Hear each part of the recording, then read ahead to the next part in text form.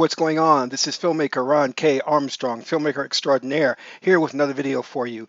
And in this video, I want to talk about Coming to America 2 and the trailer release. But before I do that, I want you to hit the like button on this video. If this is your first time to my channel, welcome. Hit the subscribe button to get notifications of when I go live and when I upload recorded videos. So let's get into this. I remember seeing Coming to America, the first one, years ago, and quite frankly, I loved it. I loved what Eddie Murphy did, the various characters he played, and he coined this wonderful line from the movie I couldn't stop repeating called "sexual chocolate, sexual chocolate." It was so funny. And then the knockoff off of McDonald's called McDowell's, which is funny, but. They've been talking about this for years, making a part two. I think now they've finally done it, and it's supposed to be, I think, released in December. And I don't know if it's going to be on streaming or actually be in the theaters. So there's a lot of questions around that. But Screen Rant did an article. Let's take a look at that and see what they say. It says, after years of waiting, fans will soon be able to get their first glimpse at the first teaser trailer for Coming to America, the sequel, Coming to America 2. And I think that what makes this so prolific is that you had Black Panther with the Dora Milaje and the royalty of T'Challa. So this makes sense. It's the right time to do this. Um, Sometimes when they make a sequel, it's too long. They've waited 15, 20 years to make a sequel, and the interest has waned. But I think now, because of Black Panther, this is the interest is now heightened, and because Coming to America was so successful, we the public is now has further interest in Coming to America too. Let's see what this says. The first trailer for the long anticipated sequel to 1988's Coming to America has been rated and will be releasing soon. Currently listed at being in post-production, Coming to America 2 is planned for a December 18th release. But what is the title? Is it just Coming to America 2? It's got to have a title here or a subtitle or, you know. Arriving 32 years, see? 32 years, long time, after the original made its mark, Eddie Murphy's performance as Prince Akeem of the fictional African nation of Zamunda was the first time that fans got to see the famed comedian play multiple roles. The film told the story of a naive Akeem who settles in Queens, New York, in a bid to find himself a bride. Along for the hilarious journey was Arsenio Hall as Akeem's spoiled assistant and best friend, Semi. Together, the pair struggled with learning the ins and outs of life in New York. Talk of a sequel first began back in 2017, so it's safe to say that the wait for Coming to America 2 has been an incredibly long one. It's interesting because I would love to see these characters come back. Arsenio Hall, James Earl Jones. So this will be awesome.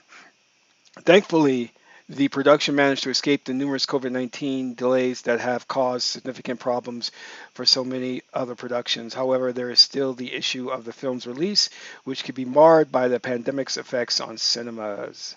So, what else is? Oh, get some more here. Every major movie still releasing in 2020. All right.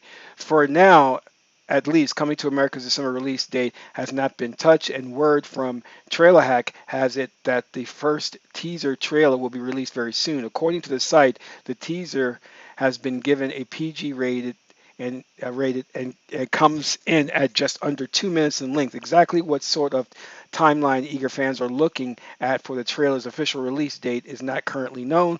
The Trailer Hack estimates that it will be at some point in the next few weeks. That is great. That is great. Oh, that's Cuba Gooding Jr. I didn't know that was he was in the film. It's been a long time since I've actually seen it. So far, many of Paramount releases initially slated for 2020 have been pushed back to 2021. That makes sense. A lot of studios are taking their films and pushing the release dates back to 2021. Some, like Disney, are releasing on streaming or VOD. We know that Mulan didn't do that well, or critically and financially. So I think a lot of these studios are wising up and saying, let's just push the release backs to theatrical releases in 2021. There has previously been talk of Coming to America 2 potentially being given a Netflix release, but nothing of that nature has been confirmed as of this writing. Murphy and Paramount will likely be looking to capitalize on the star's recent Emmy win, so the widest release possible will be the best option. This being the case, a theatrical release isn't exactly the solution. Previously, the cure to the box office woes created by the pandemic was expected to be Christopher Nolan's Tenet, but that effort failed to reach the desired results. Coming to America 2 has a dedicated fan base, but that alone won't be enough to fill theaters at present. So I would not want to see this on Netflix. I actually saw Bill and Ted's the sequel, the third installment, and just seeing a movie, streaming, it's not the same experience as going to the theater. And something like Coming to America, which is a big hit, full of stars, you want that experience of the theatrical release, and I want the film to be successful to pull in as much money. What they were talking about was Chris Nolan's Tenet, which was absolutely correct. It did not meet projections at the box office because because of the pandemic, people don't want to go to theaters. There's also the issue of the film's PG-13 rating. For those who've long been fans of the original, a PG-13 rating feels restraining, especially from a comedian as talented as Murphy and the impressive cast of the comedians on board.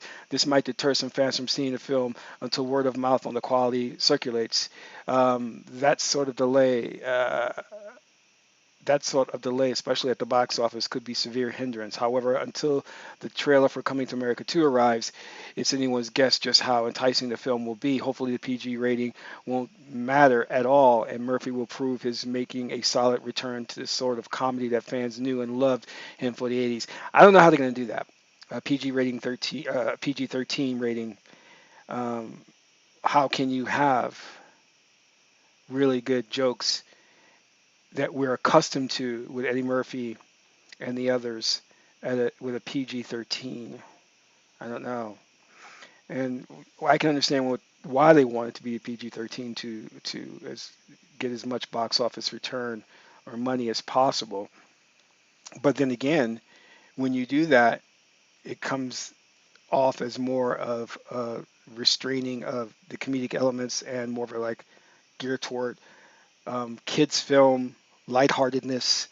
But it's possible. It's possible you can do it. It's just how talented of the is this? Well, is the script going to be good? Are you going to have a good director attached to it? So there's a lot of things that are factor into making that PG-13 work. You know what I mean? I've seen it where it does work. I've seen it where it doesn't work.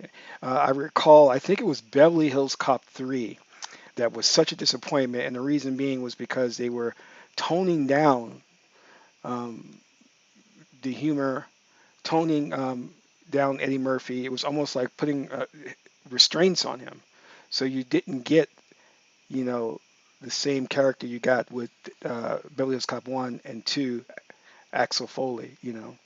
So I hope that doesn't happen with this. But I am really looking forward to the trailer, and I actually think the trailer is going to be a big hit trending online.